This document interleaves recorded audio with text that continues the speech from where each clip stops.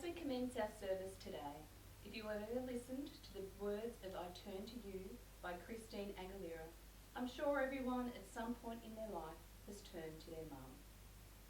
My name is Cherie Curlis, and on behalf of your caring celebrants and my celebrant colleagues Robin O'Connell, Susie Gordon and Judy Brooks, who are presenting here with me today, I warmly welcome you to a very special service, one in which we'll commemorate someone who was so precious to us.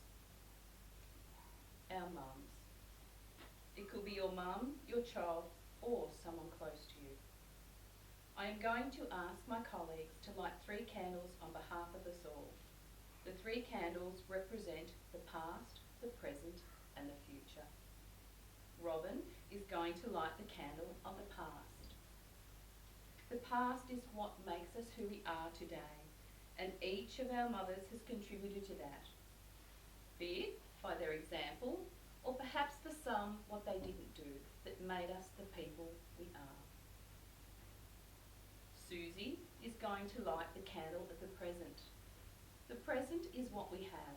It is a gift, and this candle represents the gift we give today to our mothers and our children, the gift of ourselves and our time together. Judy is going to light the candle of the future. This is the candle of hope, into which we take our precious memories of our mother or our child. The past, the present and the future is a circle of life, just as our lives continue on. Even though an integral part of our family is missing, life goes on. As much as sometimes we want to shout to stop, the world keeps turning and life goes on. Today, for many of you, will be a day of very mixed emotions.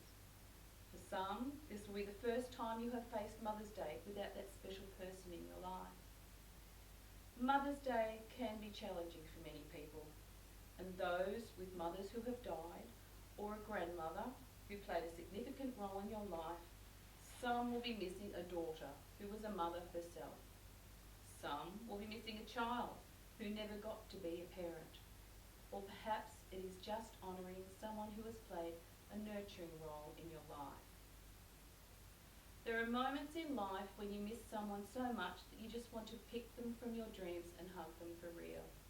And perhaps many of us feel like that today, and the knowledge that others feel like that too helps. Perhaps today is the first of many days which you will watch a ceremony like this, but perhaps also it may be the only time you need to do so, and that's okay too. Our grief journey is a very personal one, and we all need different lengths of times to readjust to our lives without someone so pivotal in it. Mothers aren't always perfect, and in fact some can be downright difficult, and especially if they have had something taken out of their control for their own good.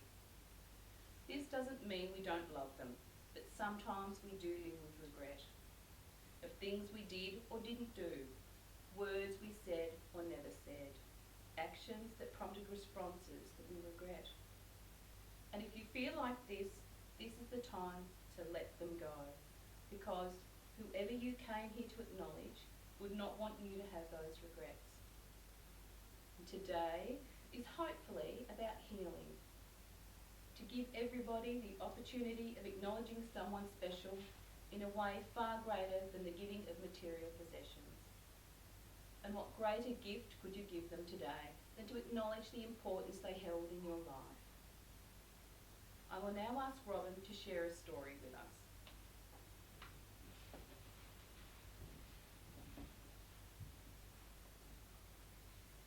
When I thought about today, not that you could have possibly missed it with the amount of advertising everywhere we looked, I thought I'd like to share with you a story that I wrote called The Circle of Life.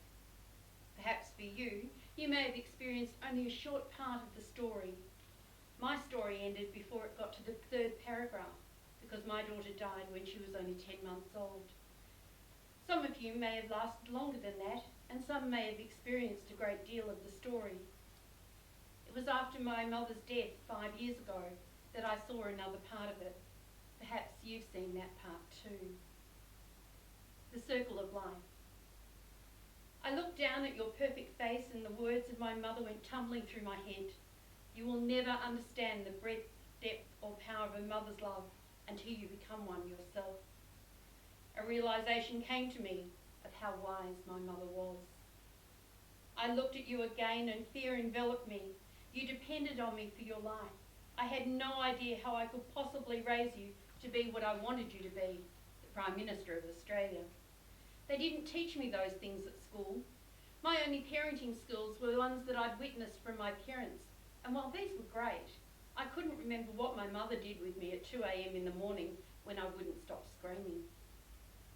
Then it came, that first smile, the first recognition from you that I was someone special.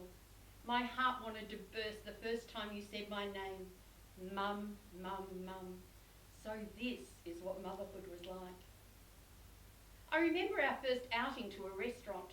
I was so proud of you sitting there quietly while I read you the menu and asked what you would like to eat. And you sitting there at the age of 3, pretending to be very grown up. And it was great while it lasted, even though it only lasted 5 minutes before you wanted to be running around.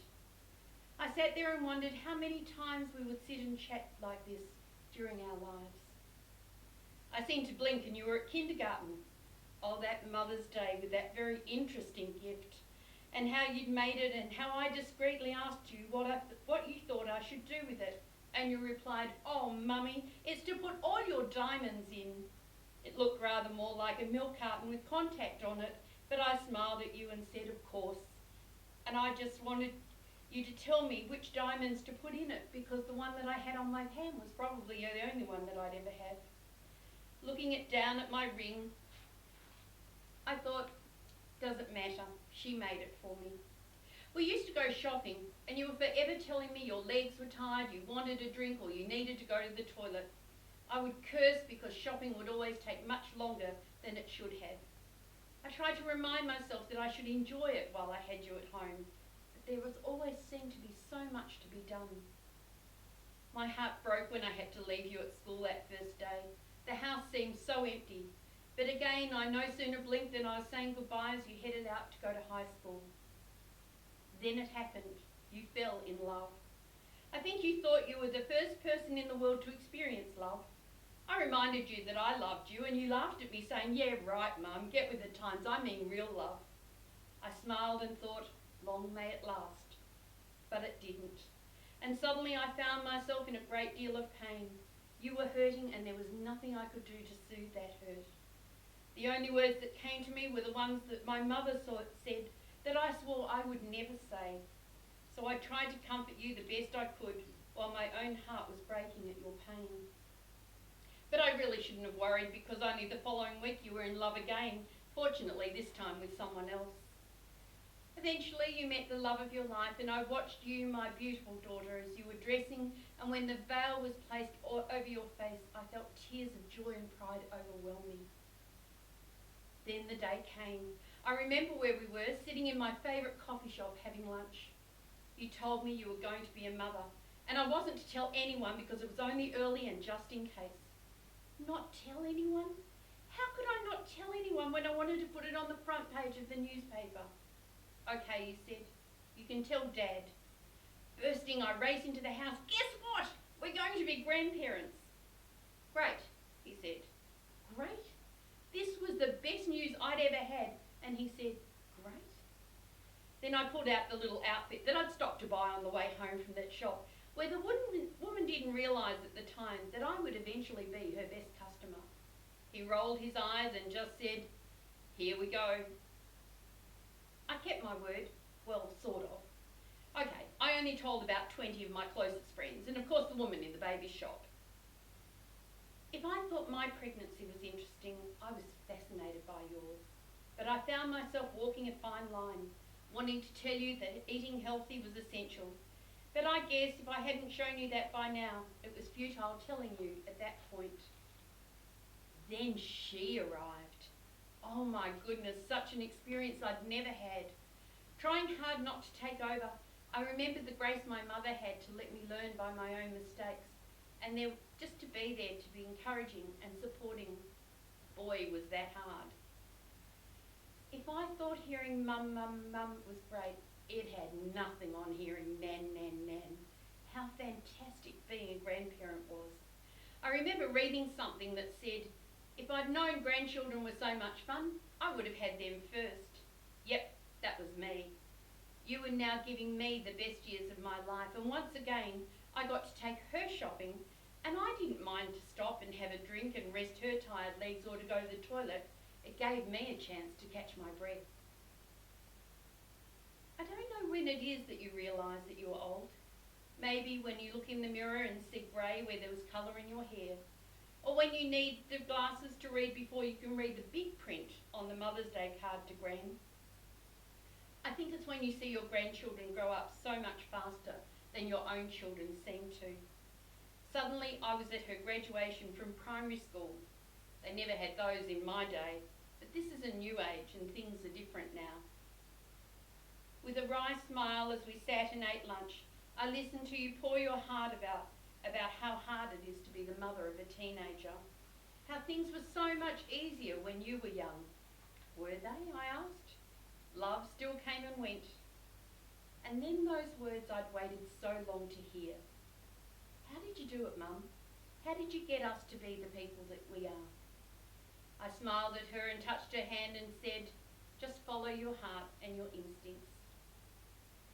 Many years passed and suddenly your daughter was married and going to have her child, and I remember the excitement in your voice when you rang and said, Mum, let's go out for lunch tomorrow. Knowing something was in the wind, I knew before we'd even left for the shopping centre. But I didn't want to spoil your moment, so I waited patiently until over lunch, after you read me the menu and asked me what I wanted to eat, you said, Mum, I'm going to be a grandmother and I can't wait, and I found this wonderful baby shop. I couldn't help but think as we walked around the centre later, and I asked you to wait while I went to the toilet, and then suggested perhaps we could have another coffee just so I could rest my tired legs. I had come full circle. I watched with great pain as you watched me in my final moments of life, once again wishing there was something I could do to make it better for you, to tell you that I was going to a better place, that I had no fear, and that eventually I would be sweet memories. But I couldn't speak anymore, but the love that came from my heart was unending. I still watch you, you know. My spirit soars when I see you with your grandchild doing the things I remember doing with mine. So when you feel that hand on the shoulder and you turn and there's no one there, it's me giving you a hug and reminding you that I will never leave you. You are my child and nothing can separate us. Not time, not space, not even death.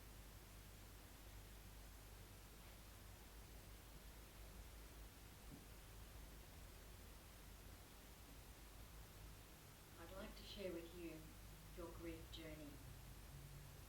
Be still, breathe. Your journey through grief is a privilege.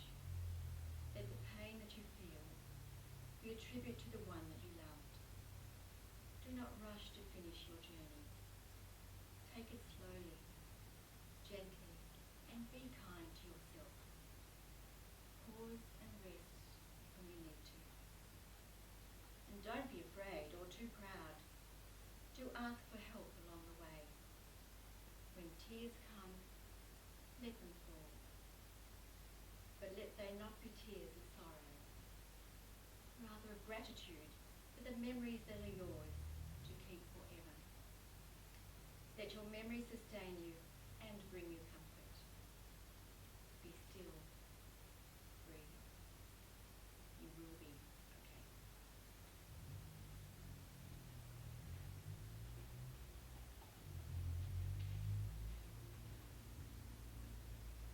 Whether you are honouring a mother, a child, or just someone who has played a significant role in your life, perhaps if they were here, they might just share these words. I look down on you, the family that I love, from a heavenly place somewhere up above. I see your tears, I feel them too, although it may not be aware that I am watching you. You see, I've never left you. You know I'm in your heart. And while I'm no longer on the earth, we're never far apart. So when you feel the breeze just go past your ear, know it's me telling you that I am still quite near. Although you cannot hear me, I still want you to know that my love for you has never changed, even though I had to go. Just close your eyes and think of me, and I will give you strength. To make you smile and laugh again, I would go to any length. I loved you then as I love you now, and I watch over you constantly, because I'm still your blessed one. I love you, and you love me.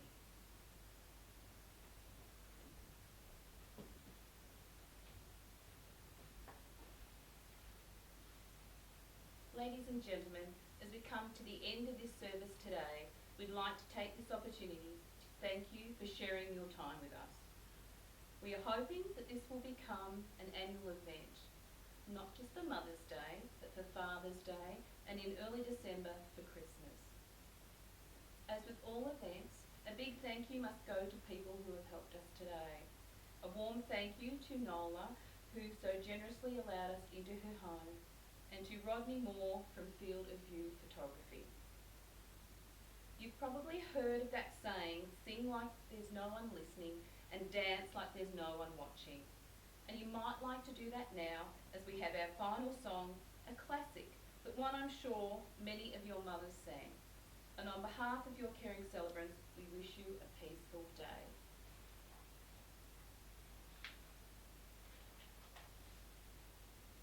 When I was just a little girl, I asked my mother, what will I be?